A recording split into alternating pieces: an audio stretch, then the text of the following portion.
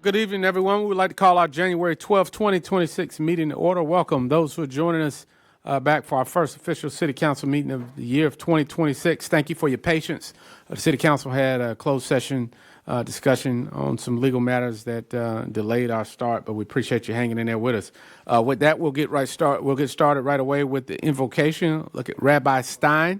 Welcome, sir. Thank you for joining us this evening. Ask that all would please stand for the prayer by Rabbi. And then immediately following, we'll repeat the Pledge of Allegiance together. Thank you.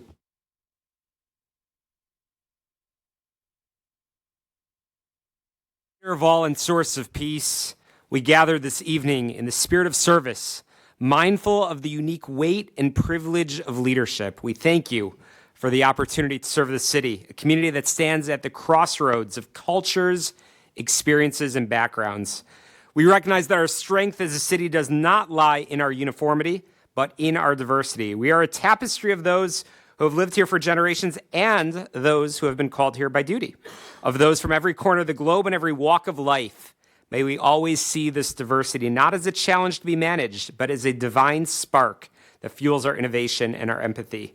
Grant the members of this council the wisdom to remember that every person, regardless of their role, their title, or their origin, possesses the power to make a substantial difference for good in this brand new year. From the citizen voicing a concern to the leader casting a vote, remind us that small acts of integrity and kindness are the foundation of a great city.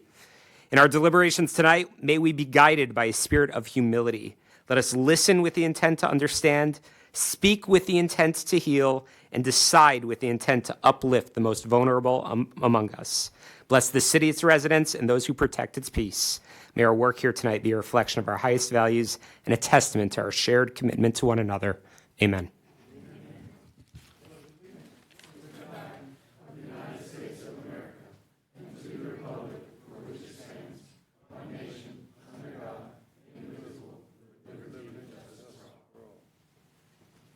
Rabbi, thank you so much for great prayer. If you want to take just a moment and tell us a little bit about yourself. I know you are in the U.S. military. You're a chaplain? Absolutely. Proud to serve on Fort Bragg, and as I was just telling some of the amazing staff, excited. I just got my orders to stick around in Fayetteville for another bunch of years, so looking forward to that. Glad to have you, sir.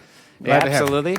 I'm officially, this is home. We changed our voter registration, our driver's licenses, so this is home. Proud to serve as the only rabbi on Fort Bragg and in Fayetteville, and also proud to serve the police department, the fire department, as a chaplain as well. So, very proud to call this place home. My wife, Ellie, is a special ed teacher. She does amazing work on Fort Bragg. So, family full of service. Thank you for your service to the nation and to our community. So, let's give Rabbi a round of applause, please.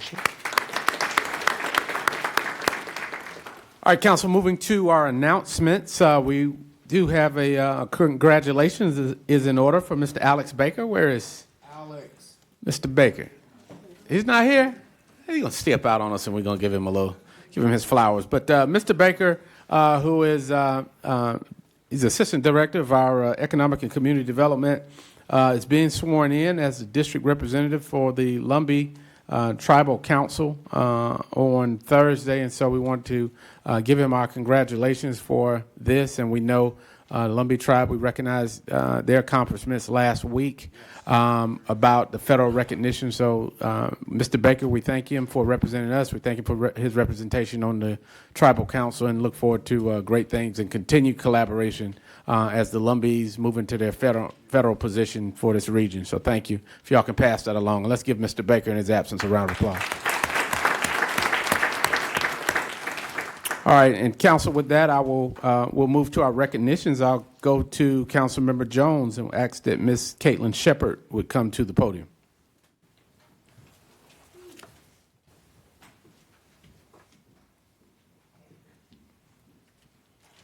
Good evening, Ms. Shepard. Good evening. All right, Councilmember Jones, I'll turn it over to you.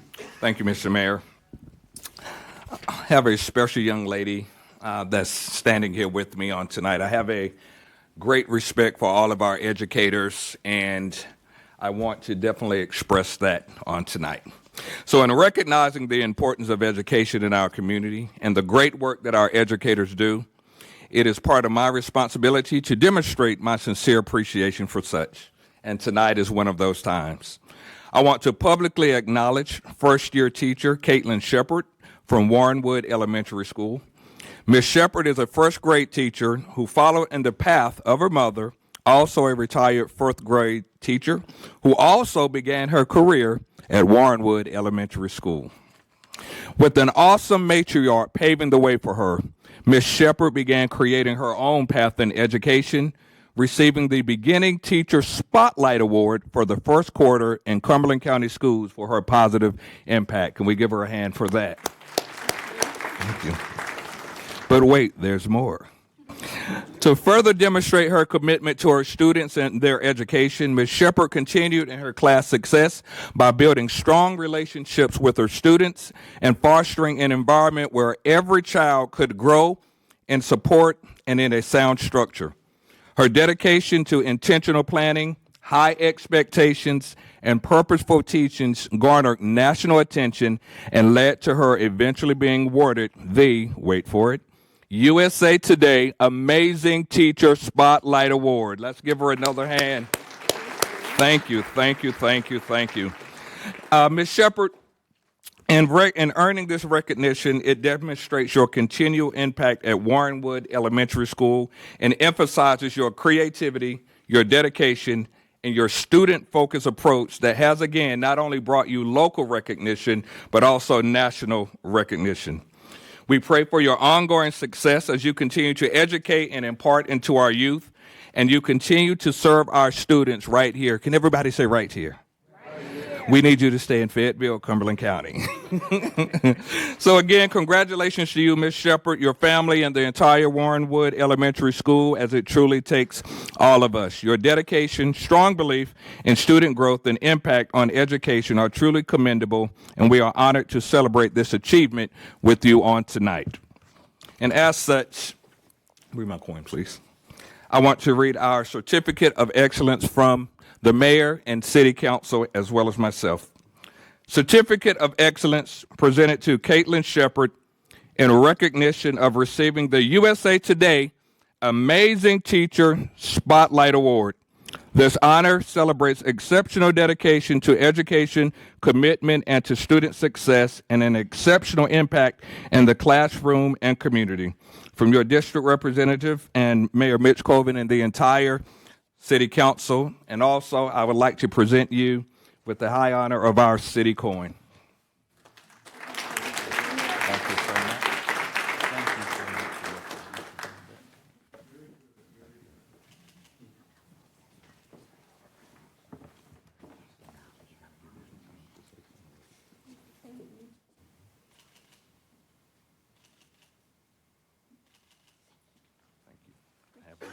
All right, thank you, Ms. Shepard. You'd like to have some words? Yes, please. Put a little down. I would like to start by thanking my parents, who have been my biggest support system and my foundation every step of the way. I would also like to be incredibly grateful and thankful for my principal and administration, who allowed me to teach there and follow my dreams of teaching and my passion. Teaching is the greatest thing I probably have stepped into. My kids are my highlight. I love being with them every day. I want to thank Dr. Jones for inviting me in the City Council, and the USA Today and Fayetteville Observer for this recognition. Thank you. Thank you, Mr. Mayor. Thank you, Councilmember Jones. Thank you, Ms. Shepard, for what you do. You know, we can't thank our teachers and educators enough for what you do and what you invest in our future leaders. So thank you for what you're doing here. Council, as we move next, I'll go to Councilmember McMillan for an announcement. Thank you, Mr. Mayor. Just have a couple of community announcements and invites to make. First is to the Community Awareness Alliance Martin Luther King Jr. Community Day. That's going to be January 17th from noon to 2 p.m. Location for that is going to be the Fire Station 14 at 632 Langdon Street. Other invitation I'd like to make to the community is to join us for the 2026 North Carolina Black Alliance Environmental Justice and Healthcare Summit. The theme this year is Grounded in Justice, Rooted in Wellness, Sankofa, Back to Our Roots. And that's going to be on Friday, January 23rd through Saturday, January 24th. And the site for that is the Embassy Suites by the Hilton here in Fayetteville. I appreciate it, Mr. Mayor. Thank you, sir. Go to Councilmember Jones. You had an announcement. Yes, thank you, Mr. Mayor. I would like to announce a 2-day community event that will be held by Unity Wellness and Resource Center at 4616 Murchison Road. That's the upper part of Murchison Road. This 2-day event will feature free health screenings, giveaways, and a community feeding for individuals and families. There will be advanced health screenings, health education, health resources, clothing giveaways, and again, a community feeding by Murchison Community Outreach. The advanced screening will consist of free heart and kidney health assessments, and the dates will be Saturday, January the 17th from 10 a.m. to 4 p.m., and repeating again on Sunday, January the 18th from 10 a.m. to 4 p.m. For more information, you may email the Julia May Foundation or either go to juliamaycommunityfoundation.org. Thank you so much, Mr. Mayor. Thank you, sir. All right, council, announcements and recognitions have been given. Mr. Manager, your report. Thank you, Mayor, and good evening, members of council and citizens of Fayetteville. I'll be brief. I'm pleased to announce that notice of funding availability for Cycle 8 of Empowering Community, our Safety Micro-Grant Program, on behalf of our ECD Development Department and Office of Community Safety. Applications will be open from January 12th, which is today, through January 31st. There will be a workshop on January 12th and another on the 14th from 6:30 p.m. to 7:30 p.m. to discuss the application process. This round will focus on safe space activations. The main goals of these events are to enhance safety, increase youth and family engagement, foster community connections, and promote healing and trust. Examples of eligible activities include arts, music, or cultural events, pop-up resource fairs, healing circles, wellness programs, and the like. More information can be found on the city's website, particularly under the Office of Community Safety's webpage. Number two, we're also doing a community feedback session in partnership with the National Institute of Criminal Justice Reform. Nick Jr. and the Office of Community Safety will engage the community by hosting feedback sessions on January 20th and 21st. The purpose of these sessions is to present the OCS draft strategic plan and gather input to strengthen the plan. Details regarding session times, location, and registration can be found on the Office of Community Safety's webpage, again, also a part of the City of Fayetteville's webpage. Third, the city's Economic Community Development Department has released its annual notice of funding availability for federal community block grant, community development block grants, and emergency solutions grants. These funds allow the city to partner with nonprofits to expand public services, support economic opportunity, and strengthen Fayetteville's response to homelessness. Applications are currently open and will close on January 16th at 5 p.m., and information about that is also available on the city's webpage under the Economic and Community Development Department. Fourth, I spoke to Councilmember Dr. Jones and others about this as well, but as council knows, you will hold a public hearing on Monday, January 26th at 6:30 during your regular meeting. The hearing will gather input on the proposed policy allowing residents to request no parking zones in multi-use lanes. The policy establishes a formal request and review process and would be added to the city's residential traffic management program.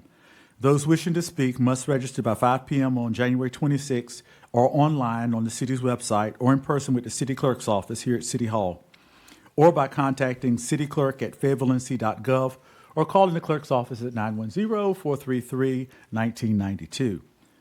5, I'm sorry, I didn't have much in the last meeting, so I've got to do it all tonight, Mayor. I can feel you looking at me, sir, I can. City Hall will be closed on Monday, January 19th in observance of MLK Day. Solid waste services usually collected on Monday will be collected on Wednesday, January 21st, and Monday's recycling will be collected as usual next Monday. And then finally, there is another Doug in the District, part of our engagement opportunities between the citizens and the City of Fayetteville, particularly the City Manager's Office, and that will be held on Tuesday, January 20th at Coffee Scene, which is at 3818 Morganton Road. It affords citizens and businesses an opportunity to come in and talk to senior staff and myself about matters that are of concern to the citizens. And I think for the council members who've been to those in the past, we've had small but intense feedback from the residents and businesses who have been there. And I'm looking forward to doing that again on Tuesday, January 20th at the Coffee Scene at 3818 Morganton Road. And that time is, I had it down, 8 a.m. 8 a.m.? Wow. At 8 a.m. the day after a city holiday. Thank you, Michelle. I appreciate you. Thank you. With that, Mayor, I will, in the interest of time, I won't bring up my birthday on January 28th. Wow. Well, see you at 8 a.m. How Yes. about that? All right. Thank you, Mr. Hewitt. Council, with that, we'll move to approve the agenda. Entertain a motion by the Shore System. Councilmember Hondros is a motion. So move. There's a motion to approve by Councilmember Hondros, is seconded by Davis. Discussion on the motion to approve the agenda. All right, Council, I'll look to you for your votes on that.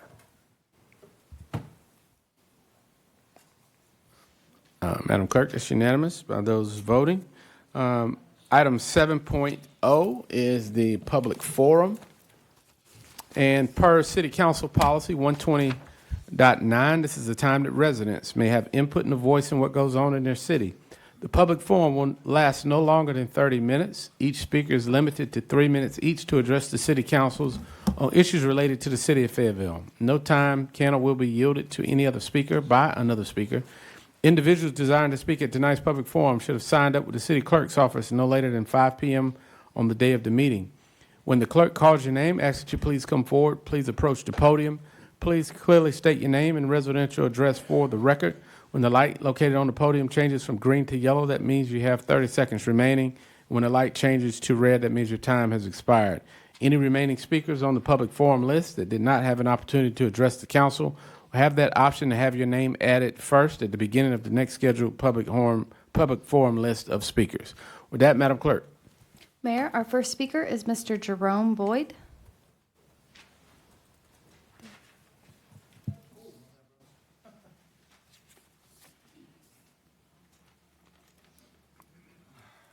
Good evening, Mr. Boyd. Yes, thank you. Thank you, Mayor. Hold on. A little taller, so give me a second.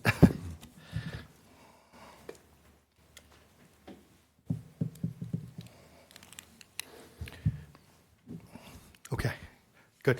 My name is actually Jeremy Dozier, but Oh. that's okay. Boyd is my security alias, as people in my industry goes, but that's okay. I live in Fayetteville. I live in 2921 Winton Drive, Fayetteville, North Carolina. So just, that's what I need to say? Yes, sir. Okay, just making sure, sir. It's okay. Mayors, member, council, thank you for your time. I wanted to briefly address an issue that directly affects public school enrollment, municipal stability, and long-term community confidence, school safety and security. When families decide to enroll their children in academics matter, of course, but safety is often the deciding factor. Parents ask one basic question: will my child be safe at this school? If questions cannot be answered with confidence, families often leave and either pursue other things like charter schools, private schools, or homeschools are usually the first to exit. What follows is declining enrollment even when academic performance has not even changed. This pattern is well documented across districts nationwide. Reports of violence, bullying, drugs, or inconsistent discipline, whether isolated or recurring, erodes trust fast. In today's media environment, a single incident can define perception for years, regardless of the actual data. This creates a reality. Perception often matters as much as reality. When enrollment declines, funding follows. In North Carolina, where schools' funding is closely tied to average daily membership, enrollment loss directly reduces resources. Reduced resources strain staffing and support, increase instability, and make recovery more difficult. This is why school safety is not an education issue, it's a municipal one. Schools and cities also face another challenge: strain on police resources. Law enforcement agencies are increasingly stretched, making it difficult to consistently staff school RSOs without impacting patrol coverage elsewhere in the city. This reality requires thoughtful, coordinated safety planning rather than relying on just the police alone. Districts Districts that stabilize enrollment invest in layered professional safety strategies, controlled access, trained safety personnel, clear discipline policies, threat assessments processes, and transparent communication with families. What often makes this difference is independent professional assessment objectives, evaluations at the risk of response and capability. Organizations like ours, Axio Security Group, properly licensed in the state of North Carolina, conduct these threat assessments and are authorized to provide professional security services for school institutions when appropriate. In conclusion, it is simple. Safety influences enrollment, enrollment drives funding, and perception drives the family decision. Thank you for your time. Thank you, sir. Yes. All right, Madam Clerk. Mayor, our next speaker is Mr. Christopher Davis. Got our former councilman back there sitting in the cut. How you doing? Councilman Davis, good to see you. Mayor, council, citizens, how y'all doing? Good to see y'all tonight. I'm here with John tonight because I'm a pastor, he's a pastor. We're both private military. I've been on council. And John is the CEO of a security company called Axio Security. We've been in conversations with the county and the education and the new superintendent. We're serious about education and faith spaces being safe spaces. On this Saturday, his company is offering a free expo to any organization, especially churches, about safety protocols, about the new norms, about real statistics, about opportunities to have your churches receive free assessments as to how to approach safety, especially smaller churches. The big churches in this area, they have police officers outside. They're parked there, they direct traffic.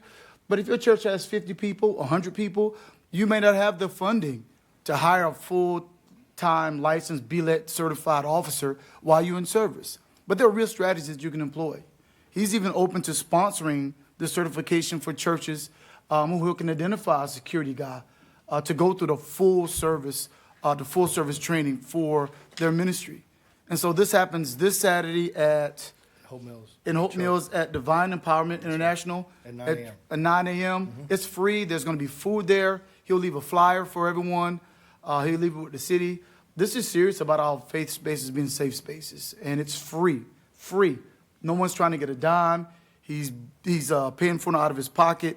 As a pastor who feeds the homeless downtown, he's serious about it. And so when he had discussion with me, I was like, the community deserves to hear this because we have a right to be prepared for bad days. Even though we're in our churches, they do happen, especially in this community and around America as we see what's going on. And so I invite you all to take a moment when he leaves the information to look at it and please share it. Thank you. Former Councilman Davis, did you have any contact information for the listening audience who may be interested in attending? Yes, okay, yes, of course. I'm sorry. Let me get that information to you. Pardon me. I'll get that to you. You may call, sorry, I didn't prepare that. My apologies. You may call 719-231-7300. All right. We have a full flyer with a QR code that we'll leave with city staff. That's right. If you guys don't mind sharing it, council members, please share it with your ministries in your community because your ministries are the backbone of some of the most active citizens in the city. Yeah, and we are on event. We're on Eventbrite, by the way, too, as well. So I'll share that with the city. Yeah. All right. Thank you. You can give it to the clerk. But thank you. Good. Thank you, Mayor, Council. Thank you. Good Good to be see all. you. Thank you all. Mr. Appreciate Commissioner it. Davis, and nice to meet you, sir. I forgot your alias. It's okay. It's All right. Boyd, but it's okay. Just All call right. me Jay. Everybody calls me Jay. All right. Gotcha. God bless you. Thank you all. Appreciate Yes, sir. it. All right. Madam Clerk. Mayor, our next speaker is Mr. Randall Rusin.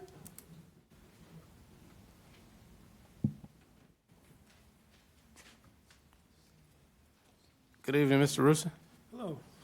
Supposed to be fourth, but I guess we lost a couple people in line. But anyways, I'm a little nervous. Never did this before, but residents, 9/11 brought me and my wife Karen down here. We fell in love with Fayetteville, and we've been here ever since, retired military now. And we're at 4314 and 4310 Edgedale Drive, where we actually got two homes. And we got a problem with rental properties in the neighborhood. We have a house next door, and their yard is ridiculous, okay? I know it was sold. They kind of refurbished the house, and they sold it. The new residents lived there for a little bit and then packed up. They were military. They got packed up and then We don't know where they went, but they were like gone overnight, and they got rental people back into the house again. The problem is they have giant pine trees. These got to be virgin forest trees. I've actually got some photographs right here. I'd like the council members to kind of look at them. If we can pass them through. But first of all, one fell on our property 2 years ago. This giant completely took out the yard, everything, the fence, and I gave the neighbor a little slack saying, because they just got into the house, it took me forever to remove it. Now there's 2 more big trees ready to come down. We can't even get a hold of the owner. We tried, and there's no response. We talk about the renters that are in there. We never even see them. We just see a young teenager in there, and we talk to him a little bit, but he don't know anything. They don't have their numbers or nothing. But anyways, this big tree, you can see in the photograph, is leaning right over my house, okay? I actually contacted the code enforcement department. They say they can't do anything about trees, which is ridiculous. They said the only thing you can do is after it falls on my property, then give us a call back. This is literally what they told me. Then maybe we can do something. So guess what? This was last spring. During the summer, a big giant branch off this tree fell on the house, put a hole in the roof. I just got it off last week, okay? And I called them up, and they said, well, there's nothing we can do. You can sue them, okay? Which is ridiculous. First of all, it's a $1,000 deductible for any kind of insurance claim on this. The North Carolina insurances, my premium on my house doubled because of the hurricane, I guess. It is crazy for home insurance, and I have no claims at all within years on any of the properties here. And it's ridiculous. Now, this tree is leaning. My daughter was living there. You can hear this thing crack every time a big wind comes up, okay? And she moved out of the house. She said, it's going to kill somebody, and I don't know what to do. And this is pretty much where I'm at. Thank you. Yes, sir. Well, thank you for sharing. I know our manager heard, and if there is anything that fits within the city's ordinance on code enforcement, I know they will make contact with you. But thank you for sharing your time. Your time is up, There is sir. nothing there, and that's why they said go to this meeting and see if we can change something. Gotcha. All right. Thank you, sir. We'll take a look at your photos. Okay. Thank you. Thank you. Thank you very much. All right. Madam Clerk. Mayor, our next speaker is Mr. Chilico Hurst.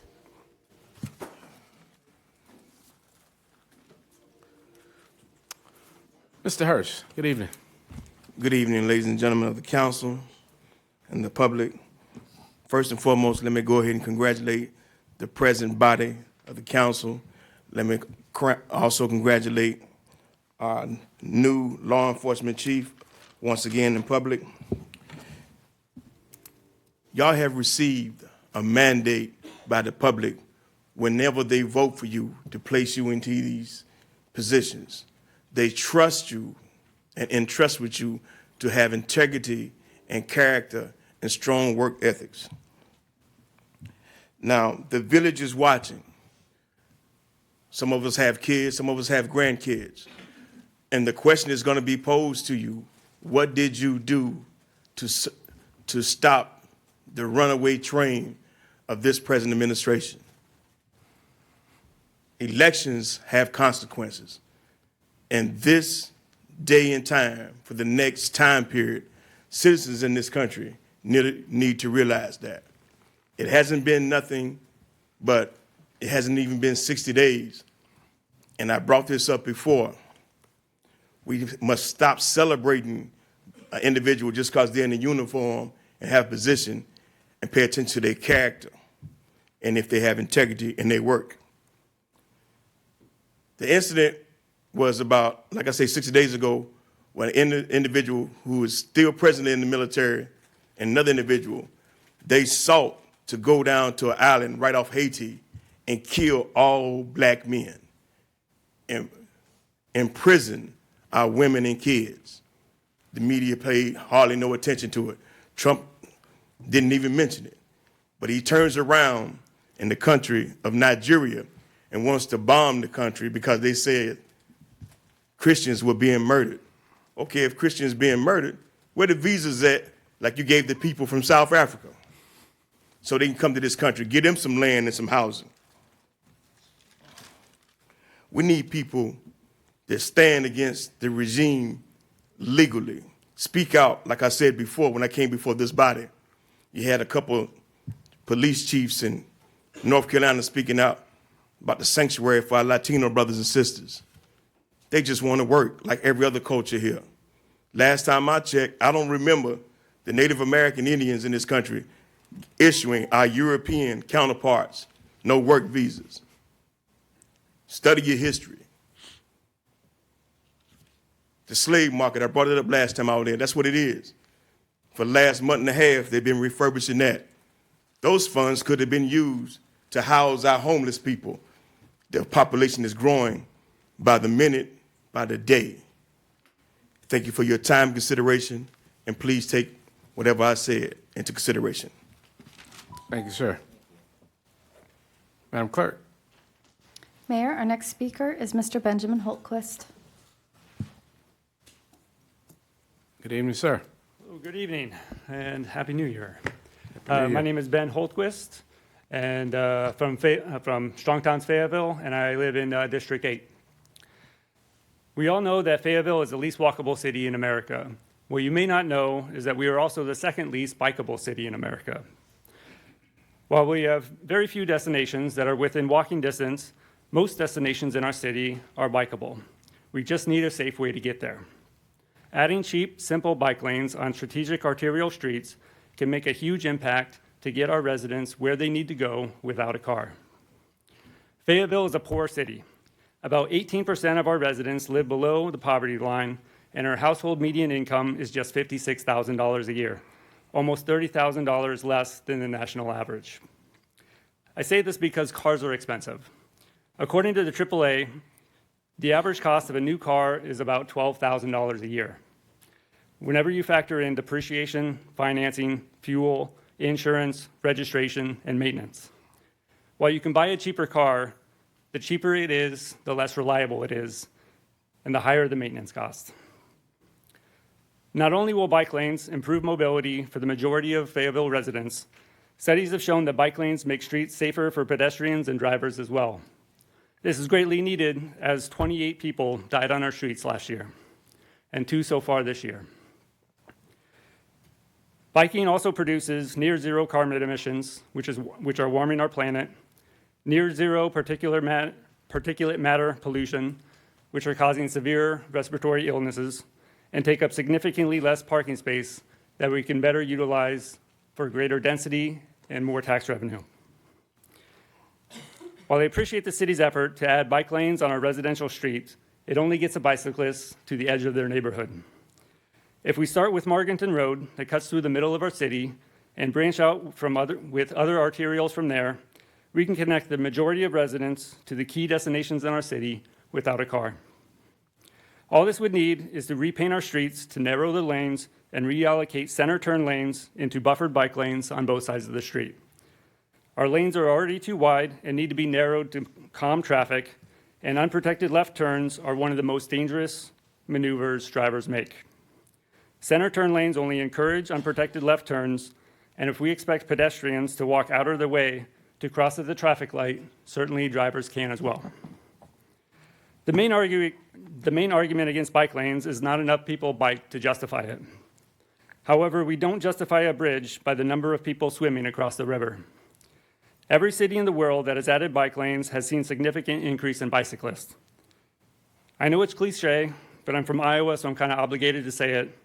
If you build it, they will come. I promise. Thank you. All right. Thank you, Mr. Holquist, and good information. I always try to make sure that we correct that. We're not on the list that I can find for least bikeable. Least walkable, we got to take that one, but least bikeable, I didn't see that. So, yeah, I didn't see it, but well, all right. Thank you, Madam Clerk.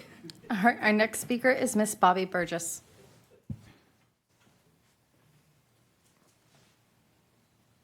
Good evening, Ms. Burgess. Good evening, Mayor. Good evening, Council. Good evening, public. My name is Bobby, and I live in District 4. My actual address is available on file. And I'm here to speak on the protest ordinance that was discussed during the work session. First off, I do want to start by applauding most of the City Council for tabling the discussion of this ordinance so that it is given the space needed for full review. So I do know that this is not currently on the table for a vote tonight. But I did watch the work session in the part where you guys discussed that. And what I noticed is that there was a lot of focus on the legality of this potential ordinance and all these changes that would be made to it. And I am here tonight to encourage the council to not just consider the legality of it, because that is very important, but also the practical functionality and the effectiveness of the proposed ordinance changes. Things like, does the city want to and even have the capacity to process more paperwork for really small demonstrations? What would be considered indecent or threatening language on a picket? Are the demonstrations on Hay Street a regular problem from multiple groups? And honestly, like, how the heck are the 10-foot and the 8-foot distances going to be enforced and measured? I'm imagining maybe a tape measure from the police. I don't know how that's really going to work in real time. And then, furthermore, is there even another city in our state that actually has had similar issues and has already passed a really successfully written ordinance around it? And spoiler alert, there is. Raleigh did it. So at the end of the day, an ordinance written like it is currently, the changes as they're currently presented, while possibly legal, will ultimately deter the wrong citizens from exercising their First Amendment rights. And it will provide more opportunities for the police to be involved, which is not necessarily a good thing. And all of it for what? 3 people with signs that say things you may disagree with, or to deter one group of bad actors? A policy like this, if it exists, need less ambiguity, not more.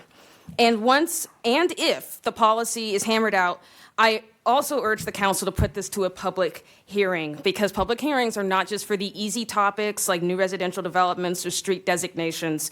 They're for anything that the city, that significantly affects the lives of the residents in this city. Because many of my fellow community members last year spoke on our desire for open and unfiltered transparency. So I would hope that if this continues to be on the discussion docket, do the right thing after investigating this and open it up to the public for discussion, even though it might be contentious. As civil servants, you should not fear the community's feedback, but welcome it. Thank you. Madam Clerk. Mayor, our next speaker is Mr. Isaac LeCap. Mr. Isaac LeCap? Not present. Our next speaker is Ms. Kristen Starks. Ms. Kristen Starks? Not present. Our next speaker is Mr. Elijah Whitmire Balthazar. Mr. Elijah Whitmire Balthazar? Not present. Our next speaker is Mr. Alton Cooper. Mr. Alton Cooper?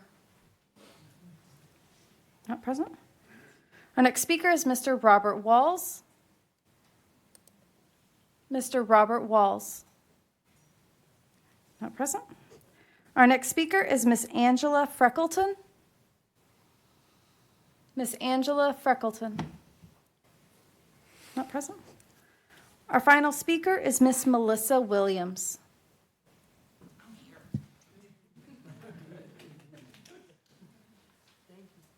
Good evening, Ms. Williams. Fellow Fayettevilleans. I'm Melissa Williams. I live in District 2. I'm just kind of speaking off the cuff. I had the displeasure of reading this morning about new museums being discussed, and there's been a lot of talk about building, developing in the city and in the county. I also had the displeasure of reading the report on the Cumberland County School District website that clearly shows that this county is not growing. Basically, the little bit of growth that showed, you can probably explain that away to military churn. So what I'm trying to understand is why I don't hear anybody in leadership positions in the city or the county addressing this realistically. I feel like the city leadership, because I live in the city, I feel like y'all are leading a different city than the one that I live in. Now, I was born and raised here. I was born on Fort Bragg in the old Womack. And I have lived other places. I live here now. Again, I own a home here. And I'm not happy about it. This is not the city that I remember. This is not the city I remember. And I'm not happy with the leadership. I find that you have demonstrated a pattern of not listening to why. I don't understand why things are happening when you have clearly been told by your constituents they don't want it. I think that museums are great. I love museums. But if people don't want to come out of their house, they don't want to come here because they don't feel safe, then who is going to come to the museum? You're putting the cart before the horse. I hear a lot of talk about safety. Why is there no talk about bolstering our law enforcement? You know, and I also saw in this article today that the city is seeking outside investment. I'm not sure if you know, but you can seek outside investment for things other than museums. You can seek outside investment for city infrastructure. There's tons of money that you can get. So I would encourage less talk about development, more talk about infrastructure, safety, making the city walkable, bicyclable, all that. I'm watching. I'll be back. All right. Madam Clerk. Mayor, we have no further speakers. All right. We thank all of you for participating in the public forum tonight. And with that, council, we'll move to the items under consent. I'll go to Councilmember Jones, I think, had the first item. Oh, okay. All right. Councilmember Green.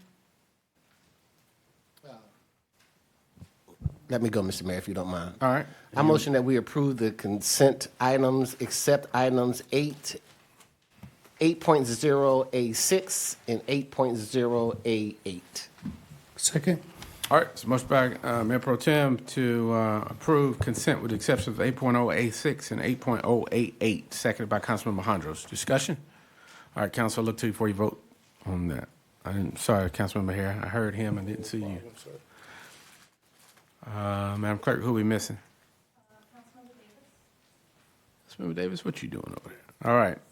Motion carries. All right. 8.0A6. Mayor Pro Tem, is that yours or Councilmember Green? Thank you, Mr. Mayor. I couldn't get my microphone on. I had asked that this item be pulled. We had a rather long discussion upstairs, and I think that there is a necessity when we have items that we are discussing upstairs for any length of time that we bring them down here and discuss them in front of the public. And that is going to be my new effort to get things out that need to be out. This is a project that falls under Mr. Colley's division, and it is about the Aubrey Hills Apartments Affordable Housing Loan. I'm just going to hit the highlights, and then he can tell you where we're at now. This project came to us in, basically it was 2024. There was, originally they had 52 units. It went to 32 units. That was just really because they were in the progress and planning stage in the beginning. But 32 units, 11 of those were dedicated as low-income affordable housing. We were in a second lien position. We were subordinating to that second lien position. And we have, this was a $2,145,000 commitment from the home program. It's already past 50% of completion, and they've currently drawn down $858,000. So there's $1,287,000 remaining. they have come to us and made a request, and I would just like Mr. Cawley to update us on where we are at and the request they've made.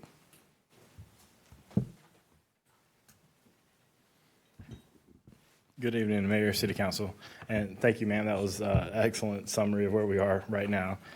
I'll have to thank my housing manager for doing such a great job writing the agenda for that one. So this is a project that, as you stated, so they came to us in their preliminary application to the State Housing Finance Agency with a slightly larger project.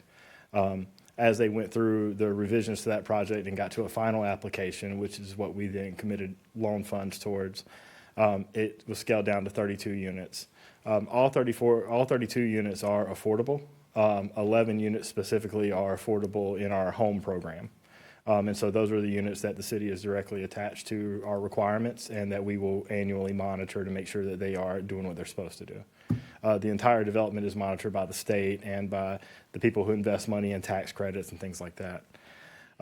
So unfortunately, like a lot of construction projects across the country and potentially across the world, escalation factors have kicked in. And so these affordable housing projects do not have a lot of fluff. This one in particular, because one of the reasons that they did scale down was to make it as affordable as possible, does not have any room. Normally the room that they take out of these projects is that the developer who puts all the financing and the land and the builders and the property manager and puts all of that stuff together, they take a fee for making that project happen. In this case, the developer has fully pushed their fee out for 15 years in order to have cash now to build the project. So they have squeezed every drop of blood from the stone that they can. And so that left them with one final recourse, which was to go out and borrow more money to build the project. So in all, they're borrowing about $500,000. And of that, the Federal Home Loan Bank is contributing some, but that loan will be behind us in line. After construction is paid off, we would be the first mortgage. And so a smaller loan of $350,000 is coming in ahead of us. And so the request tonight of City Council is to agree to allow them to borrow that $350,000 and put that debt ahead of our $2.145 million. And that will give them the money that they need to complete the project in a timely manner and bring it forward. One of the things that the council asked upstairs was, what happens if we don't do this? And there's a lot that goes into that. I sat with the city attorney's office upstairs for about 30 minutes and we talked through what that looks like. I also have some affordable housing consultants that work for the city because I try to be well prepared for this stuff, but I don't know everything. And so I put that question to them a few weeks ago before I put this on the agenda to recommend approval. And the resolution is essentially that the project would enter into financial dire straits. It could potentially go into foreclosure because there is a loan ahead of us. All of that would have to get paid off before we started collecting money from our payoffs. And so it puts the city in a pretty tough position to fully recoup our funds if the project doesn't happen. And that's the way that a lot of these projects work. When I bring these forward to you, you'll see that we're routinely in second and third position behind a primary financer. That's because we're here to help fill the gap to make projects work where affordability is secured. But that also means that the city is not looking principally to get this money back as much and as fast as possible. We're looking to secure affordable housing for folks who work in our retail service industry, who serve our food at restaurants, who contribute to our arts downtown, for those folks to have an affordable place to live. I hope that answered most of your questions. So just as a follow-up, just so for purposes of clarity, because I know sometimes when we get to spouting numbers, when you don't have them in front of you, it's hard as the public to follow through. So really, the only thing that is different, if we vote on this tonight, will be we move from second position to third position, and that's really $350,000. Yes, ma'am. Out of a $2.1 million project. The total project's about 10 mil. I'm sorry. Yes, ma'am. Our loan is 2.1 though. Right. Okay. So that's really all that's changing is that $350,000 that's being put in front of us. Yes, ma'am. Absolutely. Okay. Thank you. Yes, ma'am. All right, Mayor Pro Tem. Thank you, Mr. Mayor. I just want to comment on a few things. One is we also need to understand that construction costs go up with these projects all the time. Sometimes when you have a solid number, it doesn't always come out that way. And I'm going to give kudos to the mayor for forming our new committee, which is going to be CIP and maintenance, which I will chair along with Councilmember Hare and Green and Ferguson, which will give us eyes on all the capital improvement projects across the entire city. We'll be working hand in hand with Freeds and Nichols. We want to make sure that transparency is relevant in all these CIP projects. So if you have questions, there's going to be certain council members that you can go to get those questions answered. So I thank you for your transparency. Thank you, Mr. Mayor.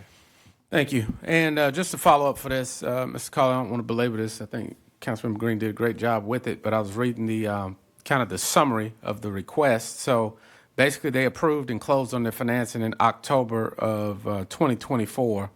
But by the time they were issued the permits, I think on PwC's end, that was March of 2025 for the approval that they could begin construction, and then an additional 2-month delay before final permits was issued. So that's 6 months. So, bids are stale.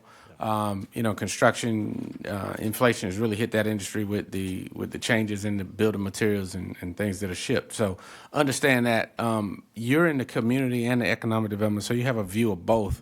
The city's need for affordable housing, workforce housing like this is what? We're short how many units? So we're updating those numbers right now. There's a lot that goes into that to give you a specific number. I know we had a consultant 5 or 6 years ago come forward and say a number that really honestly didn't make economic sense.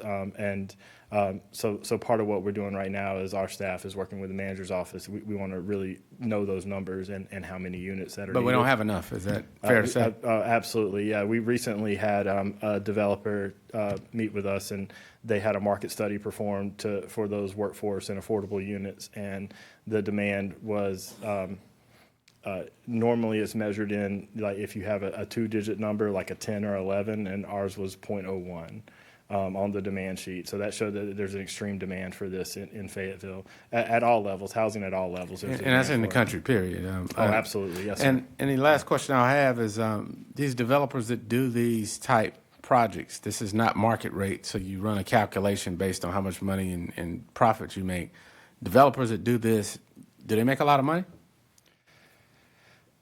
There's a high barrier to entry, I think, that's the tricky part of it, right? So the federal government that oversees tax credits, the state agency that oversees tax credits, they don't play. So you've got to come with a significant amount of personal equity to be able to take on these projects. So generally speaking, they'll have a fairly successful development company. Right. I guess my point is in these deals, there's not a lot of profit because they're doing it subsidized, right? Absolutely not. And even when you do see a project with a 6-figure developer fee, there's market studies, there's early planning and design, things that come out of the developer's project out of their pocket that they have to reimburse themselves for. There's no real money in affordable housing. So in layman's terms, a delay that causes bids prices to go up in a project that doesn't have a lot of margins is impacted severely, and that's kind of where we are here, right? Yeah, absolutely. Yeah, that's exactly what's happened here. Okay. All right. Council, any other questions? Councilmember Green, I'll go back to you. Okay, I'm just prepared to make a motion, Mr. Mayor. I'd make a motion to authorize the subordination, execution, and filing of the amended loan documents necessary. All right, there's a motion by Councilmember Green, seconded by Councilmember Hare. Any discussion?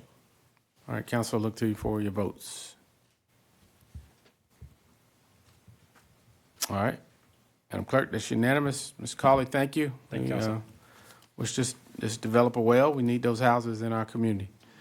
All right. Other item pulled was Councilmember Hondros, 8.088. Thank you, Mr. Mayor. Yes, so 8.088 is the adoption of the resolution providing for the sale of the issuance of 40 million general obligation improvement bonds. This is an update from the 2023 voter-approved GO bond. There was 97 million, I think, total. 60 million was earmarked for public safety, 25 million for infrastructure, 12 million for housing. And we were briefed upstairs had a pretty good discussion and update about where we are with that as far as a lot of the projects were through design and why the bonds were approved in '23 and we're issuing the first tranche of that debt here in '26. So, Mr. Yates, if you would please give us that in a nutshell. Absolutely. Thank you, Mayor and Council, and good evening. So what you have in front of you tonight is issuance of the first tranche of our November 2022 GO debt. Those, as the councilman mentioned, is three pieces. It is the public safety of $60 million, the public infrastructure 25, and the public housing bonds of 12. So what we have in front of you tonight is the $25 million for the public infrastructure and $15 million for the public safety. And the reason we're at this point is as we work with our departments, we work to plan and issue that debt in accordance with their spend down. So for instance, the $25 million, the Public Services Department has mostly completed those projects or are near completion. And when we want to go to the market to borrow that money, we want to be sure that we have assure project completion and that we borrow enough money to do it.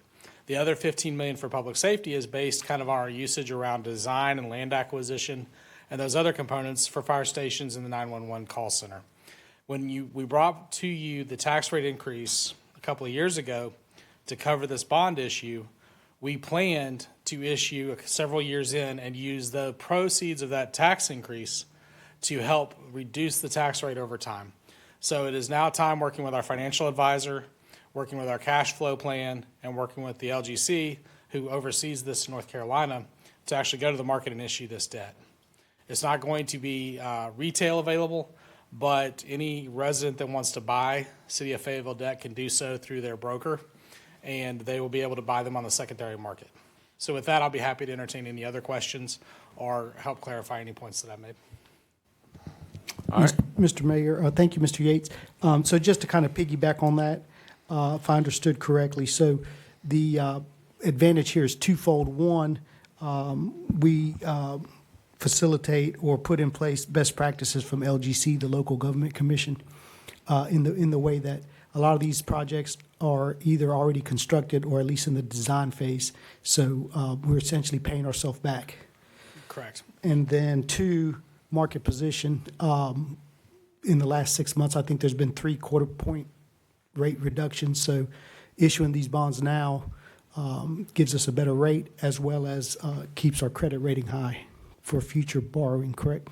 Correct. So the LGC oversees this in North Carolina, and you have to go to them and ask permission, and they'll actually issue the debt for you. So we've been working closely with the Local Government Commission on that project, and they've approved this debt issuance, and they're moving it forward into the market. Concerning the market and the advantageous nature of the timing, you try not to time the market, but market volatility is detrimental in some cases to the city. So we've worked with our financial advisor and the LGC to try to forecast out the best time in conjunction with our cash flow needs and the city's cash position to be able to do that. I appreciate that and that positioning for us. I think I speak for my colleagues and all the residents. Thank you for that good work, putting us in position to take advantage of that. If there's no further questions, Mr. Mayor, I move that we approve 8.088. All right, it's a motion by Councilmember Hondros, seconded on the Sure System by Councilmember Davis. The only discussion I have, just need to break this down in layman terms because, we're familiar with it, LGC and all. Absolutely. So basically, the city used its savings account or money that it had on hand to push these projects forward until rates came down, and now we're looking to borrow the money at a better rate to pay ourselves back. Is that it? Correct. That is All correct. right, so I just want to make sure that we're tracking that because the Local Government Commission is what this LGC acronym is, which is the regulatory agency for cities to borrow money. Is that right? Correct. Okay. That's correct. All right, so there's a motion on the floor. We thank you for that, Mr. Yates, and Council, I look to you for your votes.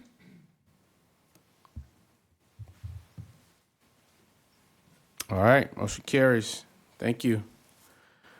All right, moving to the next item, reports from boards and commissions. We'll go to 9.01, our Audit Committee's annual report.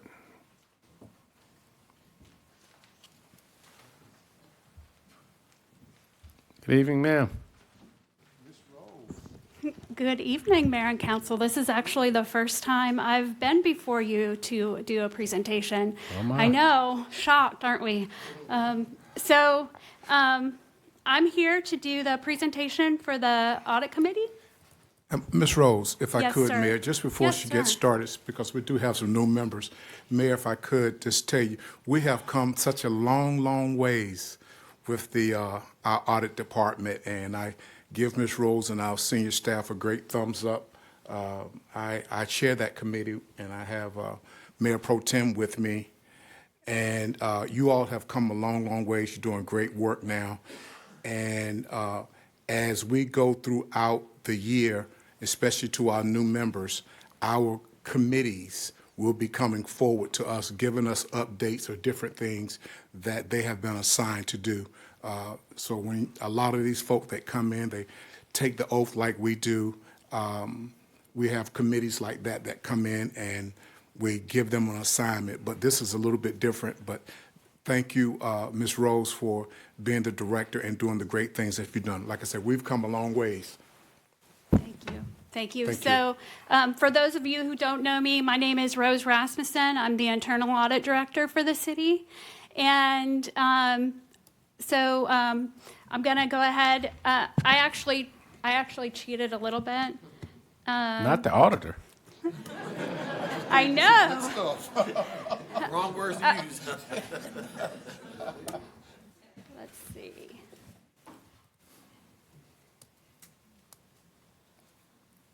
So I'm going to hopefully no system malfunctions, and I'm going to let this do the presentation for me.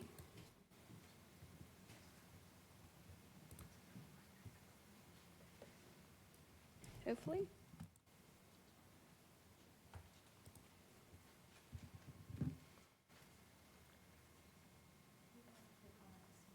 I have to do what? Oh, okay.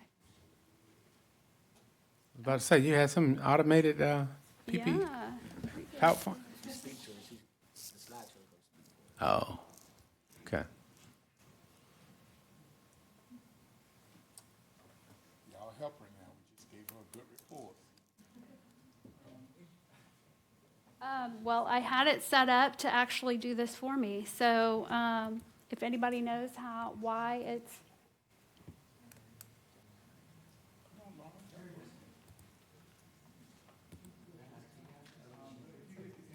Yeah. Yeah. Oh, on the keyboard?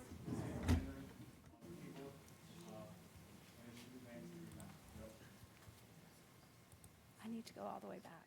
Okay, so if I press enter, it'll go? Sure. No.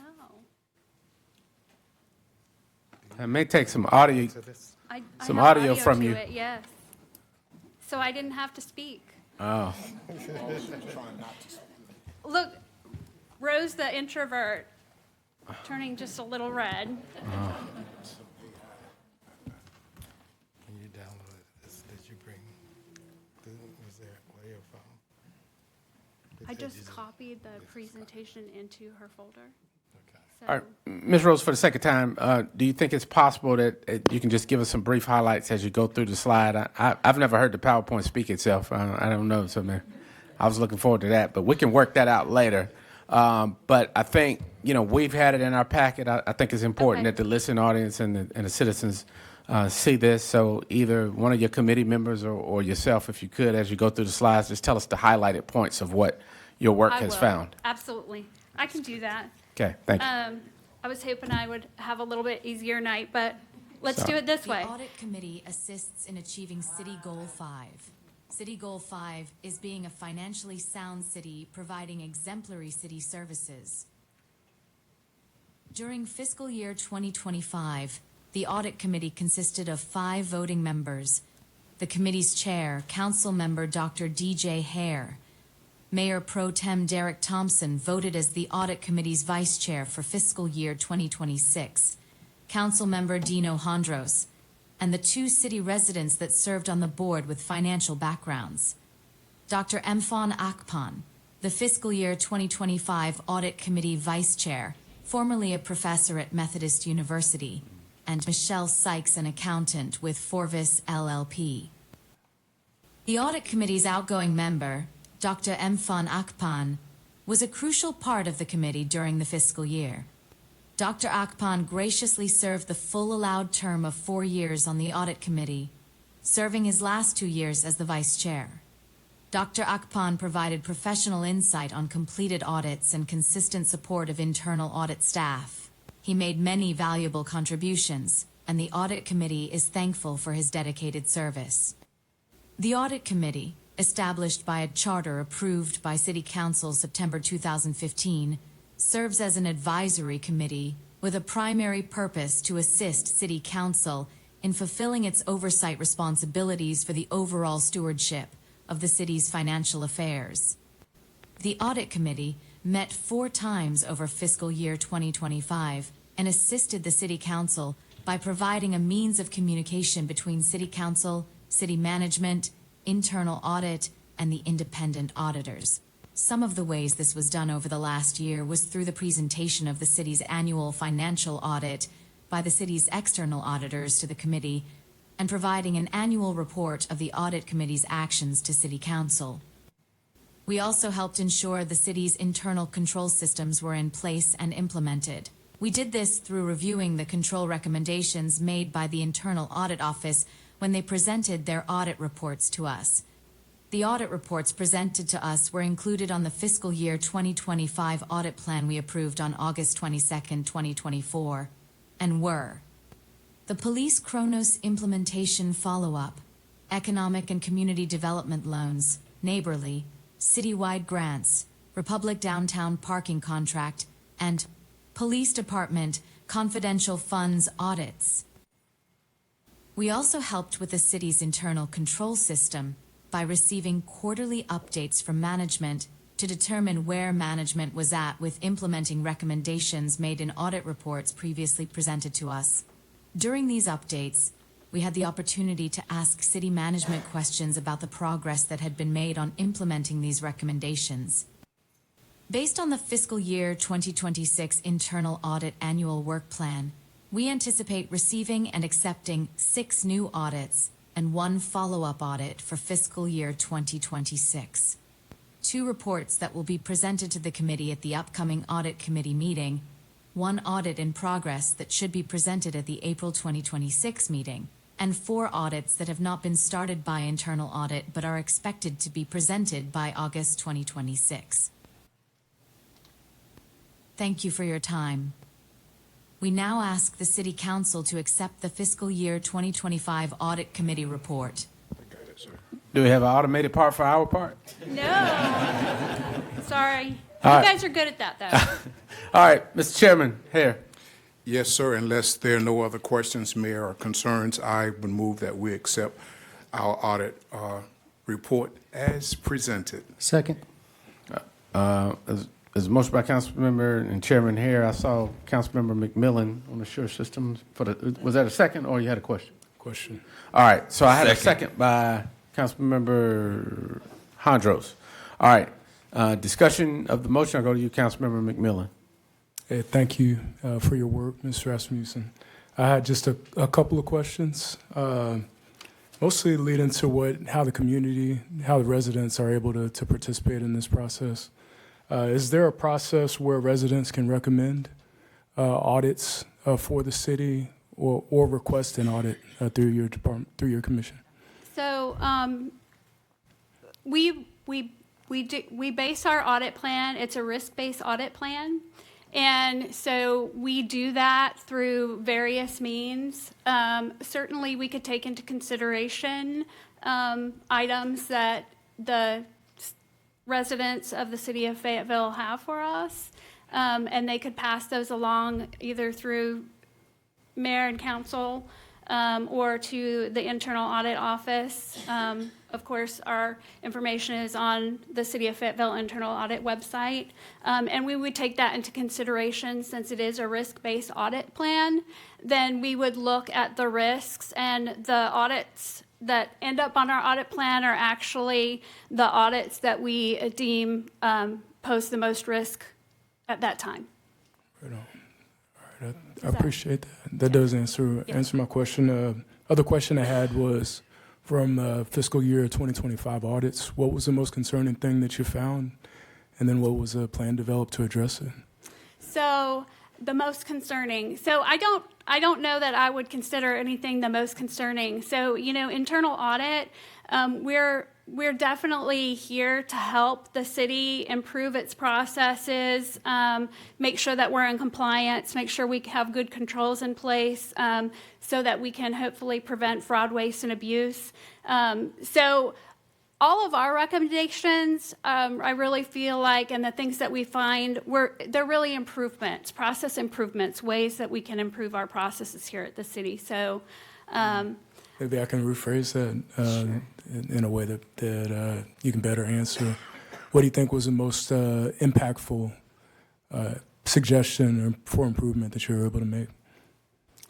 Oh, goodness. Well, I'm probably going to go with the grants audit that we did. The city, you all know, we have a lot of grants that the city receives, a lot of dollars that the city receives for grants to do the great things that we do here, the public improvements, the infrastructure improvements, the Parks and Rec. But in order to receive those grant funds and stay in good standing with the granting agencies, there are guidelines that we have to abide by. There are certain compliance rules that we have to follow. And so for that particular audit, because of the importance of the funding, the need for the funding to help us do all those great things, we made some recommendations on the citywide grant project process that will hopefully improve the process and keep those funds coming, hopefully. Thank you. Thank you, Mr. Mayor. Ms. Rose, I just had a brief question during the discussion phase, kind of to piggyback off of Councilmember McMillan. There is a part of your report that says waste, fraud, and abuse. There's a hotline that people can call if you suspect that. Can you share that with the listening audience? Correct, yes. So I don't know it off the top of my head, but the city of if you go to our City of Fayetteville internal audit website, there is a place that tells you how you can report fraud, waste, and abuse. That is open to anybody. Anybody can use that fraud hotline to report fraud, waste, and abuse.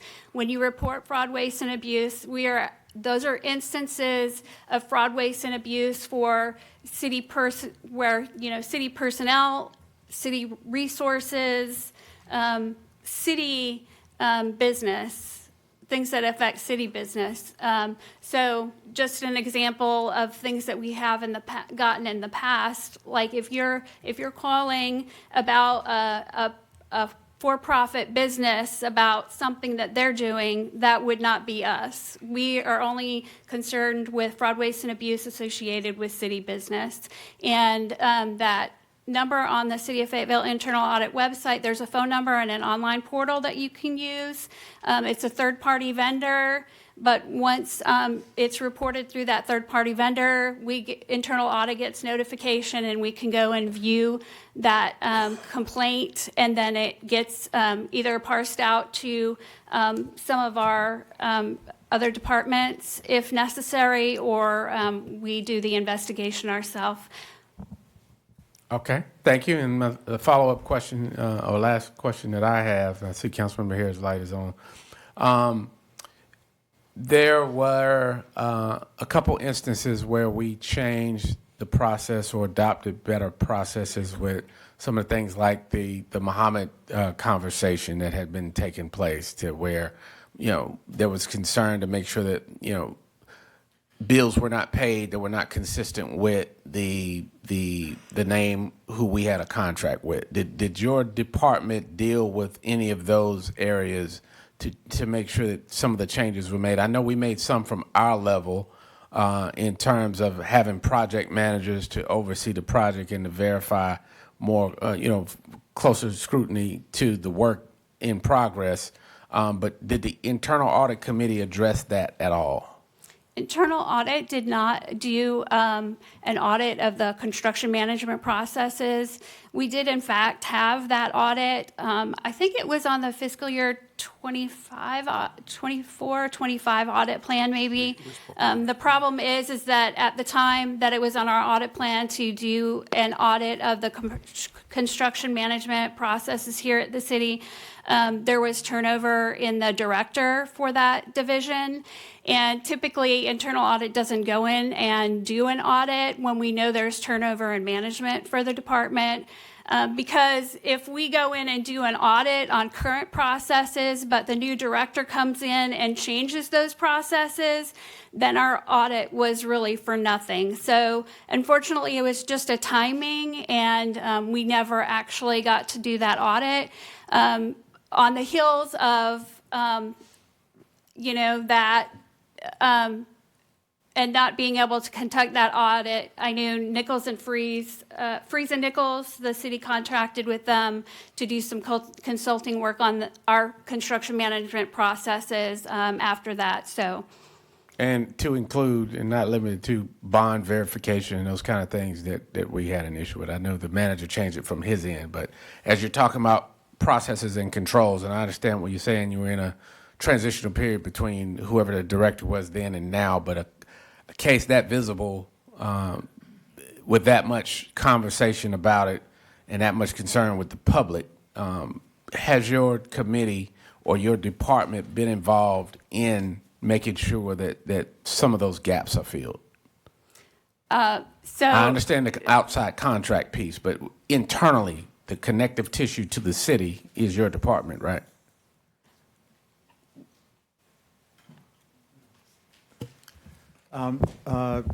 Thank you, Mayor. Very, very clear question. And the answer that I would say is that that's not how the internal audit department was set up. They have 3 staff members. They have an audit plan. And that kind of oversight, if that is something that we're looking for above and beyond what we do for all other departments, specifically for that would be something that we could talk to council about building in, but that's currently not in there. I would add to the point that you made, Mayor, that to what Ms. Rasmussen was saying, when it came time for us to look at how we could improve our construction management processes, and this may be for, because it was last year and we have some new members on council and we've made some of those changes, yes. Is that independently we sought out a third party to review all of our processes on yes. construction management, how we're yes. delivering, also with an eye to the council's interest, which was outside or an owner's advisor to be able to help us and work through issues, not being reliant upon the architect or the builder or even staff, but have an independent third party that could advise staff and council as necessary. And we've implemented that in our processes. But we went a step beyond that. That report was not one that required us to go public with, but as council may remember, I actually scheduled that for council and the public to see all of the issues that we were wrestling with, and that report was given and provided in this chamber to council and to the public. I went on radio, the mayor did his as well, and we were able to document with the staff, some of whom you met tonight, Mr. Dan Montaigne and others, who you'll see around as the new council members continue their work on city council, that have improved those processes. So even though we don't have full-time staff who are managing our construction management division, we have an entire multi-state firm, Freese and Nichols, at our disposal, who have provided us with several staff members. Some members of council, including Dr. Hare, were here on Friday, Councilmember Davis and others, and the mayor. I think Mayor Pro Tem, you're on the call. The person managing the MLK Spire project is a Freese and Nichols contract employee. Yes. And so we've not only opened up to very fully to all of our wards. We did the report, we've done the action plan, and every quarter we come back and report to council and the community on the progress we've made. We went even further. And again, I'm going to stop on this because we had also pledged to come back to you in February about others to talk about all the things we did around checking and verifying bonds as well. But as it relates to the internal audit, having the capability or the mandate based on the about 10 years that the department has been in place, That is not something that we've given them. And as Dr. Hare said, what they do very well. And if we want them to do more, then we just need to make sure they're resourced to do it. Well, it wasn't for the purpose of saying that the city didn't make a mistake. We all have acknowledged that, or that the processes could be improved. But I heard you speak to the fact that your department reviews process. So I wanted to make sure that as we make the policy change to the process by bringing in outside sources, or we make different changes as a city policy, that your department somehow was involved. But again, to take that a step further, we've established a capital projects committee who will serve kind of as oversight to get regular check-ins on these ongoing projects, that will be chaired by Mayor Pro Tem and have 3 other council members there to be able to make sure that we're keeping a policy oversight on the process. But it was just a question for that. We've acknowledged it, Mr. Manager. I think you've talked about it. There's some things that we can always do better, but we just wanted to make sure that it was addressed since we were talking about processes tonight. So that's why I brought it up. But thank you. With that, I'll go to Councilmember Hare and then Jones. Yeah, Mayor. And I want to go back and give a thumbs up to our audit committee, especially for the new members and some of our existing members. What is it? This is 25. 24 maybe, 26, but maybe 24 and 23, we were very, very short-staffed, and we didn't have a lot of staff to kind of help, and it slowed the process down of a number of things. Even, if I'm not mistaken, our budget books that we normally receive as we get into the budget season, and a lot of work of that comes through the audit department. But I don't know if we're fully staffed there. Now we are? Okay, I knew that we had a number of members, staff members, so we're fully staffed there, and we're moving forward. So I continue to give them a thumbs up. They do great work. Thank you, Ms. Rose, and everyone else that works in the department. Thank you, Mayor. Thank you. Councilmember Jones. Yes, thank you, Mr. Mayor. As it relates to, I think the mayor touched on it, continuous improvement. That's big with me.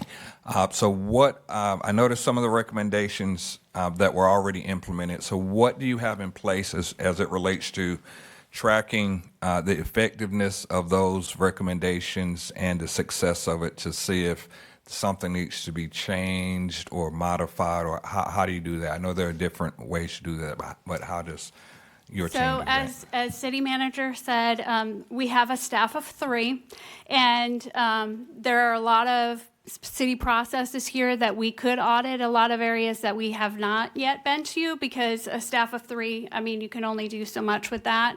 But we do have a corrective action plan. It's a quarterly action plan.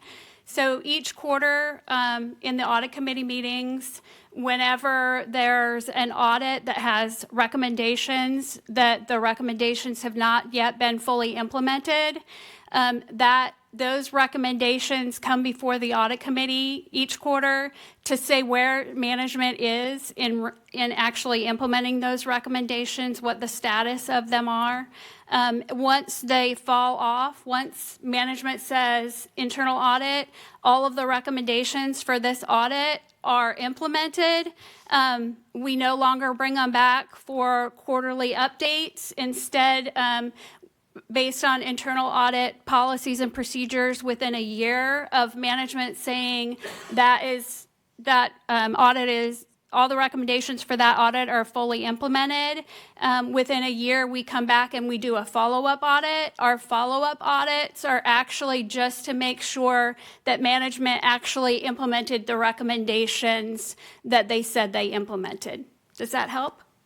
It does, because I just wanted to find out, again, just when we make the recommendations, it's always good to, we do the plan, do, check, act, all those things, just to circle back around to make sure it's still beneficial. So thank you so much. I look forward to joining you all as well this year. All right. Thank you, Councilmember Jones. All right. Council, we had a motion, I believe. We had a lot of discussion, but did we have a motion to receive this? Yes, sir. All right. So we'll look to you for your votes. Thank you. Thank you, Ms. Rose. Thank you, Audit Committee. Look forward to next presentation. Council, with that, we'll move to item 10.01 is our FY26 second quarter strategic plan. We've got Mr. Lowry, Mr. Brayboy.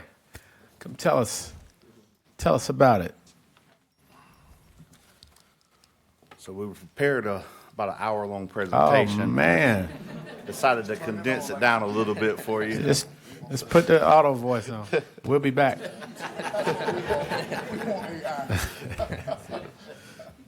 So, good evening, Mayor, Mayor Pro Tem, council members. I'm Chris Lowry, the Strategic and Performance Analytics Manager for the city.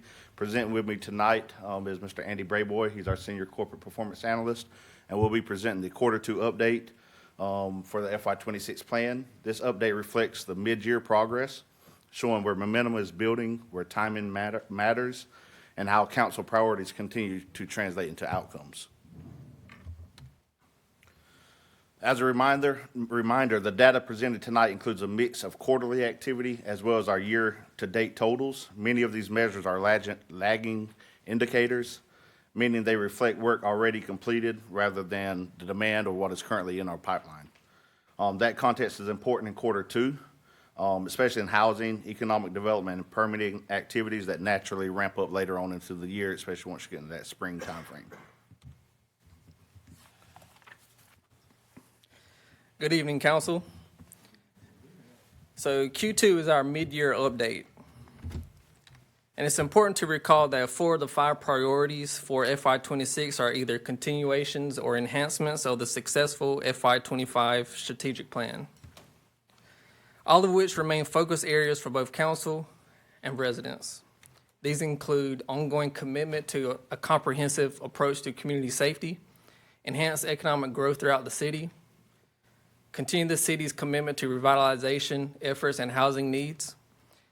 And then again, our newest priority for FY26 is transportation and connectivity, specifically to evaluate and expand transportation and other connectivity for residents. And this was created to improve mobility, access, coordination, and collaboration efforts on infrastructure improvements across the city. And then the final priority is to increase parks and recreation opportunities for youth engagement and interaction. So throughout the presentation, you'll see a few KPIs that will highlight in yellow, and these just for transparency, so metrics that fell just below their target for Q2. So Priority 1 continues to deliver measurable results in prevention, response, and community collaboration. The Fayetteville Care Day Resource Center recorded over 300 unique interactions in Q2, providing critical access to housing, health, and support services with 45 active community partners. The Office of Community Safety, OCS, continues to strengthen partnerships and outreach, and for community engagement and youth activation through OCS, OCS supported 81 community engagement activities, including 7 direct community-led activations. This represents the city's primary mechanism for maintaining a visible, preventative presence in neighborhoods, strengthening trust with residents, and being proactive in addressing safety concerns before they escalate to calls for service.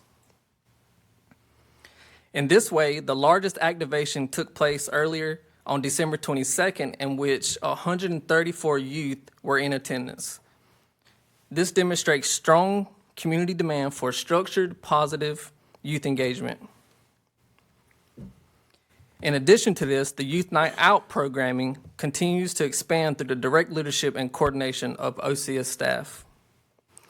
And then for behavioral health support through OCS, 54 individuals have successfully accessed mental health services, helping connect residents to care and reduce strain on emergency response systems.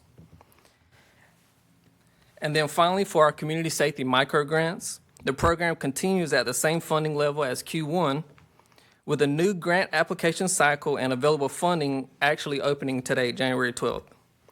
To support equitable access, virtual application workshops were also held with an additional session scheduled for January 14th at 6:30.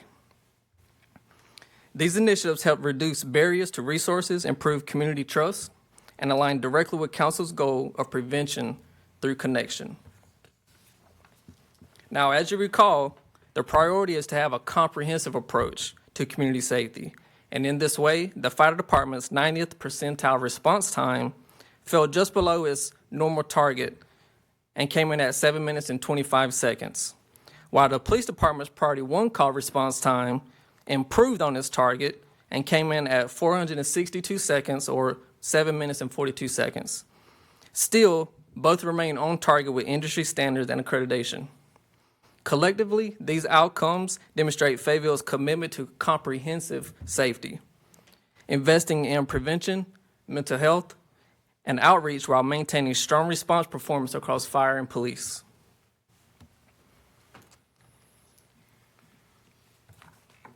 Under Priority 2, Quarter 2 reflects continued economic development activity with a strong focus on positioning and readiness in a market environment that remains somewhat uncertain.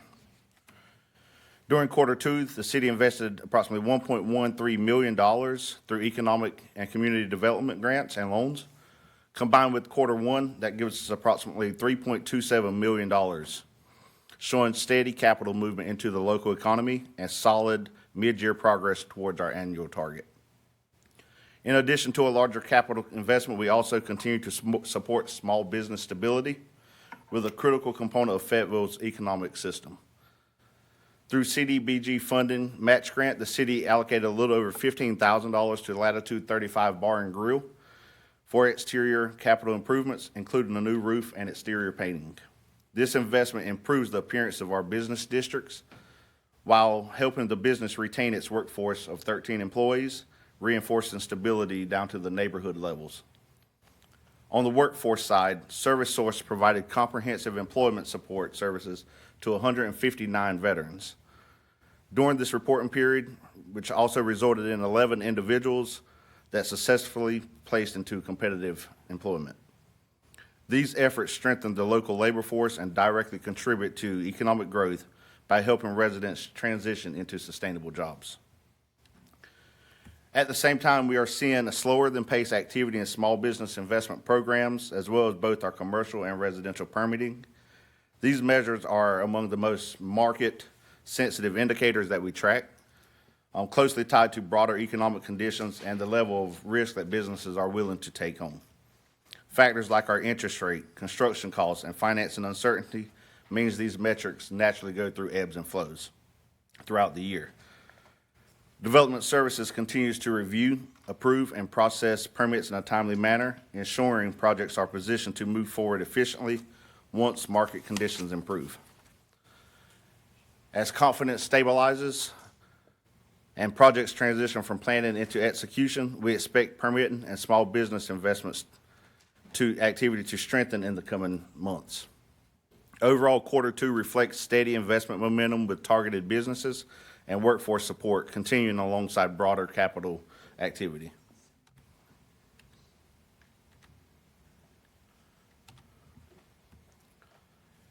Priority 3 reflects continued progress in neighborhood stabilization, targeted assistance, and pipeline readiness, rather than a unit delivery alone.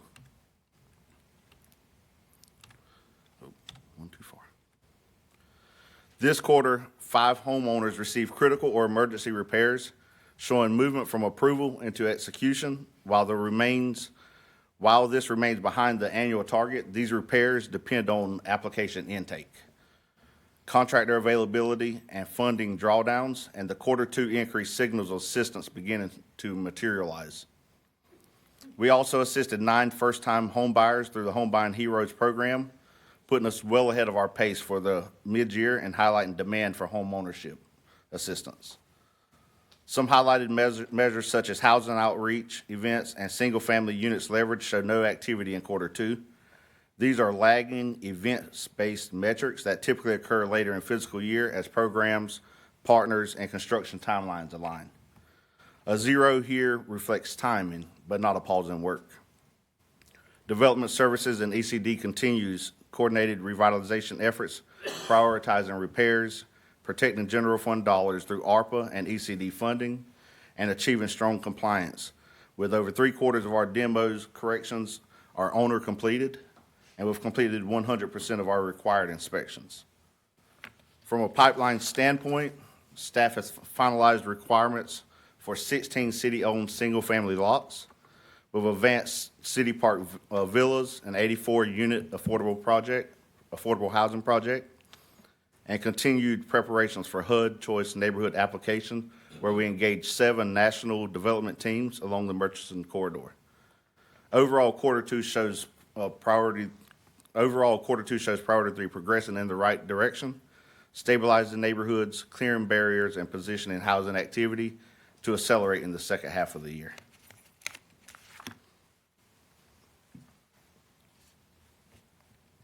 And so again, now, priority 4 is our newest strategic area of focus.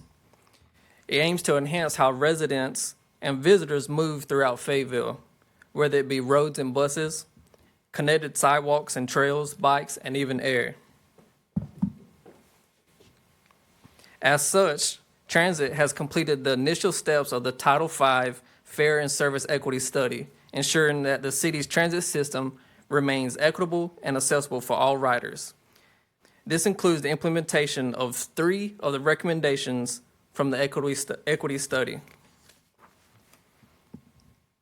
Also in quarter 2, 10 transportation and connectivity plans were incorporated into the city's new Master Connectivity GIS overlay map, already meeting our fiscal target. Again, this is a new GIS tool which integrates transportation, infrastructure, and development data to inform project management, planning, future development, and connectivity decisions. And to better serve residents, Transit continues its effort to improve route frequency and rider communication with the implementation of marketing and digital tools through Marcom. With that said, our Public Services Department also hit a major milestone in quarter 2 by constructing over 21,000 linear feet of sidewalk through city and private development projects, while also staying on target with a total number of roadway miles to be resurfaced and preserved. And also for my airport team, they continue to explore and analyze strategies to expand flight options and enhance regional connectivity. With this, staff will continue evaluating connectivity needs citywide with a focus on supporting future growth and making Fayetteville's transportation and connectivity network safer, effective, and more connected for all residents. And then our final priority is youth engagement through Parks and Recreation. And youth engagement remains a cornerstone of our community strategy, and youth engagement data continues to trend upward. The Orange Street STEM Initiative reached an impressive 1,136 participants in quarter 2, expanding youth access to hands-on learning and skill development. The city's youth engagement programs like PALS, Junior Officials, and the city's and the Fayetteville Cumberland Youth Council all exceeded participation expectation for quarter 2. And then across Parks and Recreation and in collaboration with OCS, staff successfully engaged with 134 new youth in quarter 2 through co-hosted and supported events. That's good, that's good, that's good. Additionally, through ECD, the group Tea House Technology Training and Consulting facilitated a 2-week after-school intensive focused on Visual Basic Programming, or VBP, and cybersecurity enrichment. The workshop served a total of 28 students across Douglasburg and 71st High School. This initiative directly supports youth development by providing specialized technology instruction, aligning with our goal of fostering future-ready residents. As such, all of these youth-centered programs foster leadership, teamwork, and confidence while keeping youth connected to and engaged with positive community outlets. We'll wrap it up here. As we move through the remainder of FY26, staff will remain focused on implementation and performance monitoring across all the strategic priorities, using the quarter 2 data to guide our execution and adjustments as needed. At the same time, we will begin preparing the performance data and analysis to support the FY27 strategic planning retreat that will be held in February, ensuring clear trend and outcome information is available. and we will return to council in April 2026 with the Q3 strategic plan update, providing a deeper look at the second half progress and our emerging trends. So we thank you for your continued leadership and direction as these priority actions move from planning into measurable results. We appreciate council's partnership as staff works to deliver outcomes that support economic growth, housing stability, and long-term community strength. All right, thank you. Do you have a question, Councilmember Hare? Yes, Mayor. Before I move to accept the report, thank you guys. Thank you all. Thank staff, our new department. There's our director back there, Mr. Jones. All that you're doing to get out there into the community, let them know what we have and how they can be a part of it. I loved what I saw there with the micro grants that we're in that 84,000 versus to the 200,000 that we now have moved up, and I was honored to move to to increase that amount. So thank you guys for what you're doing, and all the staff. It's all of us working together, even council members letting people know, shooting out emails, having conversations with different folk that we do have things for our public and that we are supporting our public, young and old. Mayor, I move that that the City Council accepts the FY26 quarterly strategic performance report. Again, thank you guys. All right, this motion by Councilmember Hare. It looks like a second by Mayor Pro Tem Thompson. I have questions, Mr. Mayor. Was that a second or question? Question. All right. So is Councilmember Davis, is that a second? Yes, sir. All right, so seconded by Councilmember Davis, Madam Clerk. Do have a couple of questions here. I see Mayor Pro Tem, Councilmember McMillan, Jones, and then myself. Oh, thank you, Mr. Mayor. Let's go back to priority one. And the first thing I looked at was active community partners for the Fayetteville Community Day Resource Center. Why do we only have 30 as a target when I know wraparound services at the Day Resource Center is paramount to those that are in need? Why do we only have 30 when second quarter you had 45? Isn't that like lowballing it? I don't want to speak for the department. With them hiring a new firm or a new company to take over that, they had to build those connections. So 30 at that point in time, because we took these before the year actually started, that was one of the reasons behind that.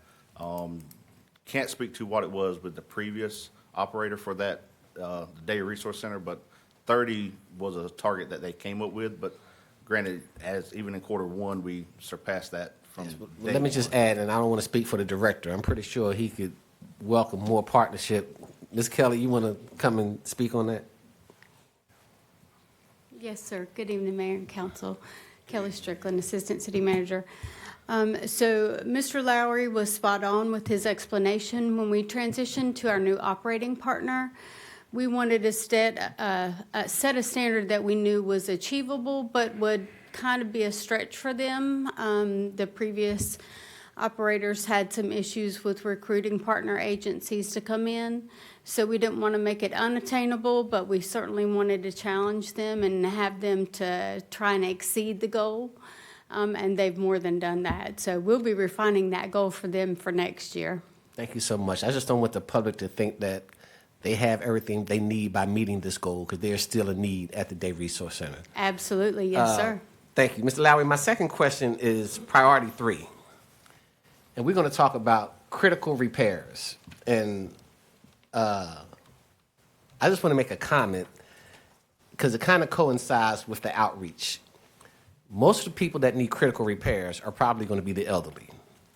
And me and the mayor was having conversations about how do we educate the elderly on using the modern technology that we have now. But if you don't have the outreach where they can come and physically talk to you, how do they know about the program of receiving elderly repairs?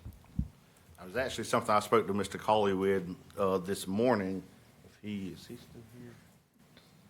He's not. So they're actually working with the agency to revamp that program, because this is a program that is driven by, like I said, people coming in and requesting it. However, if you don't have the means or if you don't have the technology savvy, it could be a hindrance, and that is something that they're actually working with the agency to try to revamp that. And as she comes forward as well, I think she's going to talk about how we refer people from when we had notified. She's that good. Thank you. Yes, sir.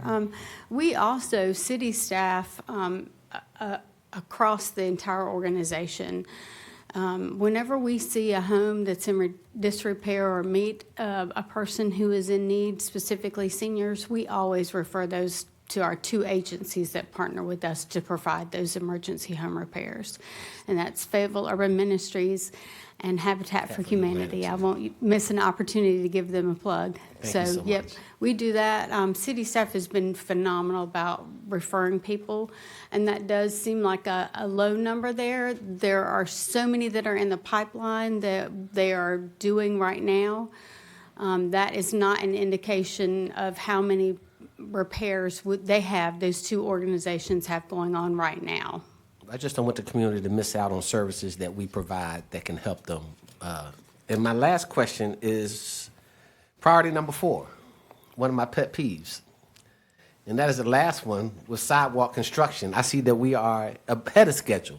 And I want to know, is our $500,000 that we increased sidewalks for was attributed to that so we can get off that map of being the least walkable I city? think we already hit it off there, buddy. I do not want to speak on that 500,000, but I will definitely follow up unless the ACMs want to follow up with it. I'll follow up and get you a breakdown exactly of how that 500,000. I just want to make sure it's used and make sure we use it quickly to Yes, build sir. as many sidewalks across the city as possible. Yep, and that, again, that was public and private. Yes, sir. So that was definitely a added surplus there, so we're Yes, sir. excited about that. Looking forward to see what the end of the year is going to look like. Thank you, Mr. Mayor. Yes, sir. And then that sidewalk number that you're talking about, quarter 1 was 2,600, quarter 2 was 21,000, so 10x Yes, sir. increase on that. So that's good. Also, too, he alluded to something about the seniors and technology. You know, next month during the work session, I've submitted something for council to consider senior literacy classes at some of our rec centers and throughout the city, just to help seniors understand the technology. The world is moving that way, but oftentimes they're not as familiar with it. And so an opportunity for the city maybe to provide a venue through some partnerships with people to donate, iPads, laptops, or things that they no longer use, and maybe the city and county and others to help teach our seniors to be able to use this to make it easier so they can be informed. But thank you, for Mayor Pro Tem, for mentioning that. Councilmember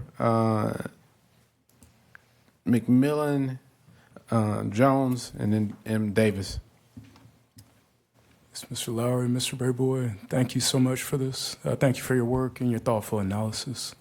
I think what we're seeing is an advancement of the city and our ability to touch a lot more of our strategic objectives, just based on this work, and then ACM Strickland, the work of your amazing team. I'm growing in respect for what y'all do.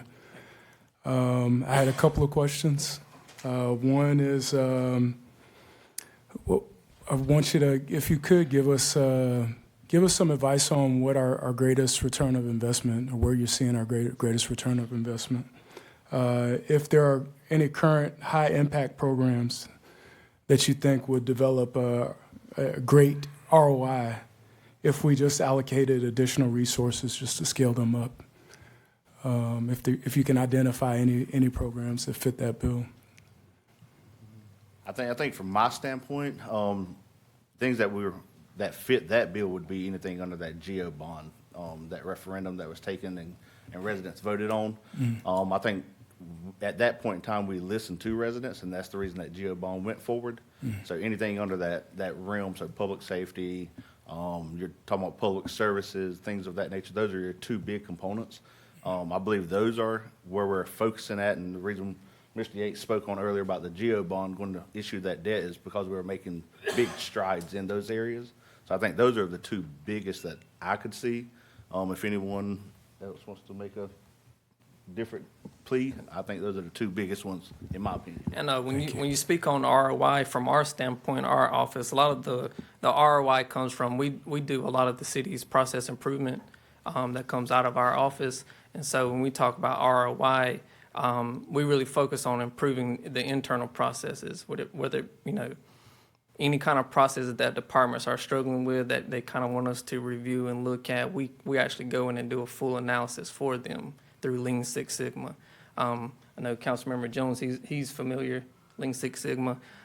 So from an ROI standpoint, the finance side, we rely on Mr. Yates and the finance team to look at the number side of it, and we tie in with them from the process improvement side and see how those two coincide when we improve those processes. We try to look for delays where we can shorten delays, shorten turnaround time, where we can automate, if it's possible. And sometimes there is an upfront cost to process improvement to where sometimes you may have to invest in the technology to improve the process to make it more efficient. So that's stuff we're constantly looking at, and we have a laundry list of process improvement activities that we kind of keep a running scoreboard on. So, I appreciate that. And I just have one more question.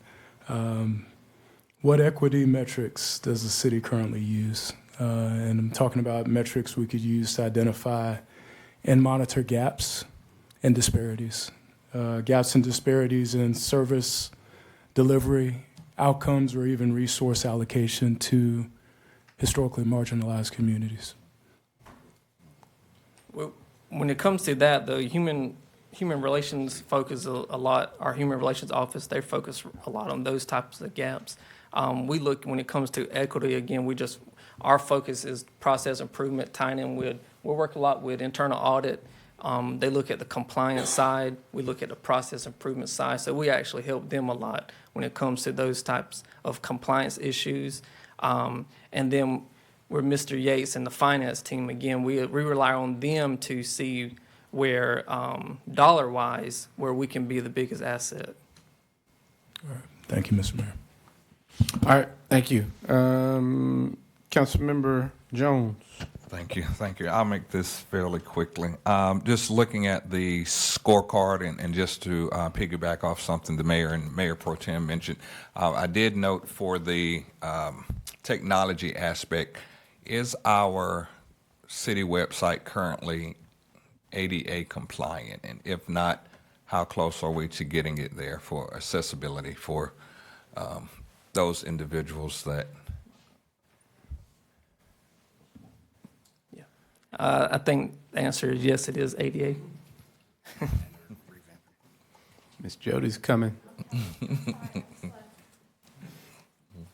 It is currently ADA compliant. There were some new regulations that were recently brought out. We did ask some of our staff in the city manager's office to do a whole review of ADA compliance with IT, with Marcom, with UMEAL and Human Relations to make sure and verify.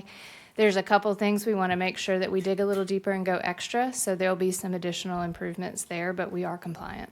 Thank you so much. And a lot of times, and I want to bring that up, many times if we go on there, we take things for granted. So that ADA compliance, just for the general public, it makes maneuvering through, navigating through a website easier, and has some things in place that will definitely make our public's the user end experience a whole lot more better.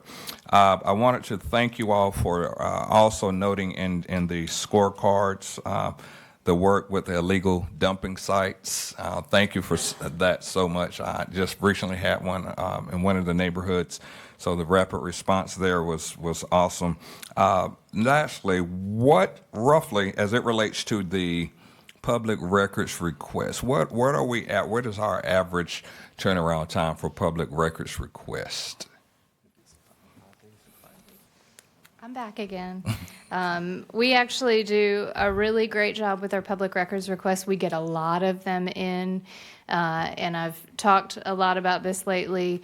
There are several different types of public records requests. There are some that are really simple to turn around, like you have this inspections report, and those typically are about 24 to 48 hours that we turn those around. There are some that are more complex, where if you ask for a lot of communications, emails that have a longer process to go through, but our average is still roughly around 5 days. Some may take a little longer based on the complexity of the requests and the levels of review that they have to go through, or the information or data has to be pulled. But I think 98% of our public records requests are fulfilled within that. Thank you. And I just wanted to bring that up. I know you all did a fantastic job with that. And again, as you stated, due to the complexity of some of the requests, it's going to take longer. So I wanted the public to know you all do a fantastic job. And then if I could just ask about, it was on page 8 of the scorecard as it relates to the bus stops and benches, 25.3%. Is that currently, or is that something you're pushing for understanding for that? That is currently right now at 25%. But as there's a target that we're still trying to reach to, so those are still going to be evaluated based on usage also. So transit department will actually look at that and try to expand those as they see fit based on usage. Absolutely. And then again, there's an ADA component to that as well. And that, again, just wanting the general public to know. I've been getting some questions about that. And so thank you all for what you're doing. I think we are moving toward the Vision Zero for our traffic and as it relates to transport, all of that collectively. So thank you so much for the information. I'm a geek as it relates to that. So thank you so much. Thank you, Mr. Mayor. All right. I have Councilmember Davis, the city manager. Thank you, Mr. Mayor. So I just have 2 questions. I know that you guys do a survey to the public to get feedback. So can you tell, because I know we have some residents concerned about issues and they want to give their suggestions. So what time frame do you send out the public surveys out to get feedback on the strategic goals, I'm sorry? Typically, we would start that in the fall.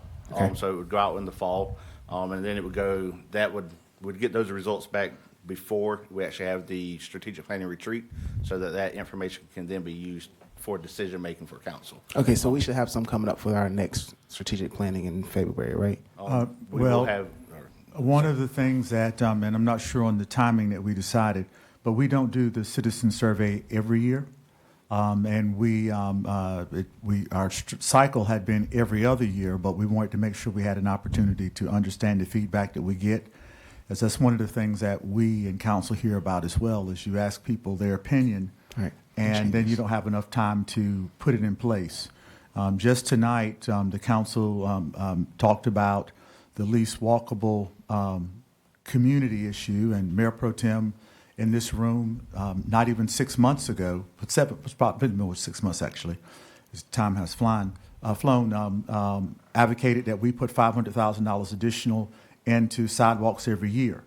Well, when we had a speaker from Strong Cities, Mr. Hultquist, who comes and he's very passionate about these issues, it was a surprise to me to look at the amount that we've done, and we're in the second quarter.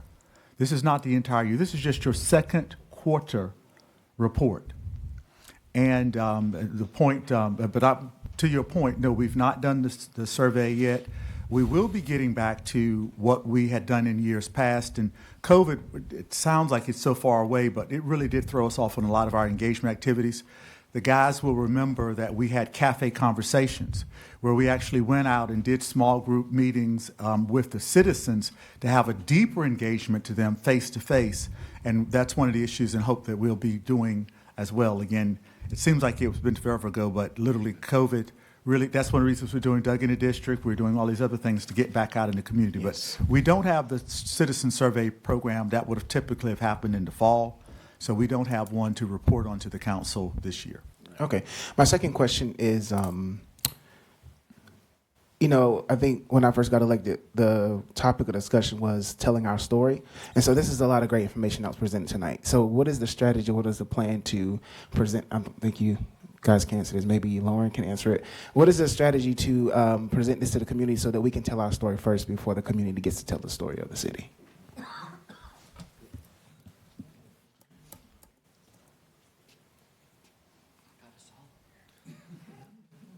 Stacking us deep, Council. Thank you for the question, Councilmember Davis. So one of the things that we're leaning forward on is working with the mayor. We're actually going to do a soundbite right after this so that we can immediately put it on social media.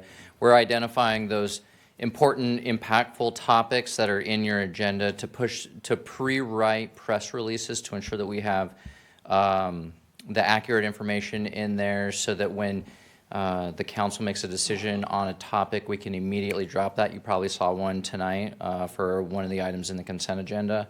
And we're doing a variety of other things similar to that, just to try to get ahead of the news cycle and try to get the information out. We have a few more things. I don't want to, have any spoiler alerts, but there's a few more things coming later this year to ideally prepare all of you so that when you are out in the community, you have the ability to be comfortable with information and be able to speak fluently on all the topics across the city if you are engaged with residents. Thank you, sir. Mr. Mayor, I'm not sure if the motions have been made, but I would like to make the motion to accept the reports. Yeah, we hadn't made one yet, have we? No. Councilmember Hare, who's the second? It was Councilmember Hare and Davis seconded. Okay, you already did it. I know. No, See, but I got I you. know y'all Yes, sir. sleepy. All right. So listen, I'll be quick. Everybody's hit this. This is great. You guys are data guys, and I just want to remind the public as well as the council. Coming up this week, we'll have an opportunity for the new board and the new council to review these priorities and to see what things are still in the pipeline. So before we go into our strategic planning, to make sure that everyone catches up on where we were with these 5 priorities, which I think touched a lot of spaces. And this is good to have the highlights, but just looking forward to the conversation on Wednesday, I think it is, where the council can get a little bit more in detail about some of the specific things that we're doing and where we're headed to execute these priorities so that when we get the strategic plan in February, everybody will have a clean slate and know exactly where we are, and if they need to make adjustments or push forward, we can do that. Second thing I'll say is, can you go to this chart? This is the most encouraging chart for me, number 5. I'll make sure the public doesn't miss this. I know the hour's getting late, but this is important. All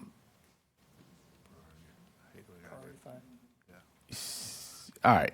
So the top 2 lines, number of participations at the Orange Street Schools project, 1,136 in the second quarter. Significant increase, which shows us that this community asset is working in this department, what we programmed it for, which is our youth. Now, and then the second part of that is as we look at preparing our youth for the next generation of jobs and education, STEM, of course, in any community is important. And look at that, we have almost a 6-7-fold increase from the people who came in quarter 1 to the people who come in quarter 2. Right? And so if we keep those numbers going, I think we've got something special here. But I want to challenge you, information guys. Dig down in this and tell me how many of these kids came from West Fayetteville. Because my concern is that kids from District 6, 7, and 8, I want to know if they're a part of that 1,136. Or would this concept work to where we get STEM and we get community-based programs for the youth in West Fayetteville to make sure that we're covering all of our city? So that is an interesting question I'd like to know, because as we grow this thing out, I know we started in the inner city, but we've got a whole population out west that we've got to make sure that have access to the same services, because I think that number can grow substantially, and I think we can touch a lot more futures if we do that. So look forward to you guys getting that information for us. Council, any other questions? All right. You got something else to say? I want to reiterate what you said to make sure that the public knows that your meeting that you referenced on Wednesday at Gilmore Recreation Center at 10 is open to the public. So anyone who would like a deeper dive or more information, please encourage them to come 10 a.m. Wednesday at Gilmore Recreation Center. All right. Thank you, Mr. Hewitt. All right. Council, look to you for your votes.